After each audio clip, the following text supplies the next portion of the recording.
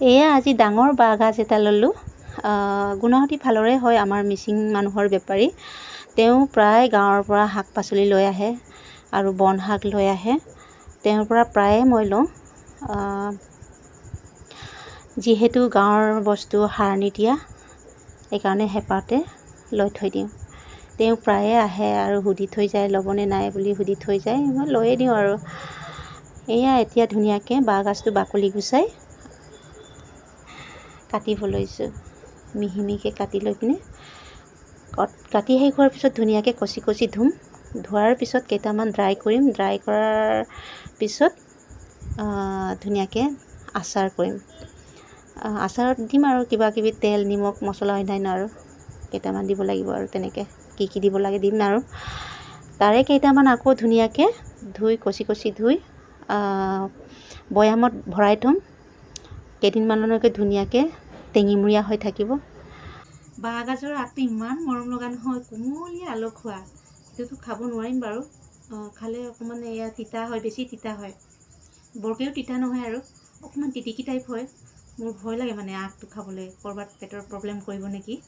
এইকাৰণে মই নাখাওঁ, পেলাই দিব লাগিব। এনেই মৰমতে ৰাখিছোঁ আৰু কোমল আলসুৱা। এয়া মিহি মিহিকৈ কাটিব লৈছোঁ। বাঁহগাজটো বেছি মিহি মিহি কৰিলেও বেয়া, এইকাৰণে হিচাপত মানে অলপ চাইজটো হোৱাকৈ কাটিব লাগে। বাঁহগাজটো আচাৰ বনাবলৈ হ'লে আগতে ধুনীয়াকৈ মিহি মিহিকৈ কাটি কচি কচি ধুব লাগে। কচি কচি ধুলে তাৰ আঠাটো ৰসটো নাইকিয়া হয়। আৰু যিমান ধুনীয়াকৈ ধুই মেলি ড্ৰাই কৰিব বা বৈয়ামত ভৰাই থ'বলৈ মানে বিচাৰে, ধুনীয়াকৈ ধুব লাগে। তেতিয়া মানে আঠাটো নাইকিয়া হোৱাৰ মাত্ৰকে একো এফেক্ট নকৰে।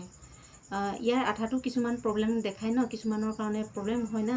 সেইকাৰণে বাঁহগাজৰ আঠাটো ধুনীয়াকৈ পানীত কচি কচি ধুই পিনেহে আচাৰ বনালেও বনাব লাগে, নতু পানীত বৈয়ামত ভৰাই থ'লেও থ'ব লাগে।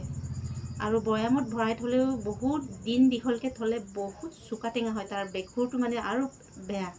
এইকাৰণে মাজত নতুন পানী চেঞ্জ কৰি চোকা টেঙাটো ধুই শেষ কৰি পিনে আকৌ নতুনকৈ বৈয়ামত প্ৰেছ কৰি ৰাখিবগৈ লাগে। তেতিয়া মানে টেঙাটো বেছি নহয় আৰু তেতিয়া খায়ো ভাল লাগে।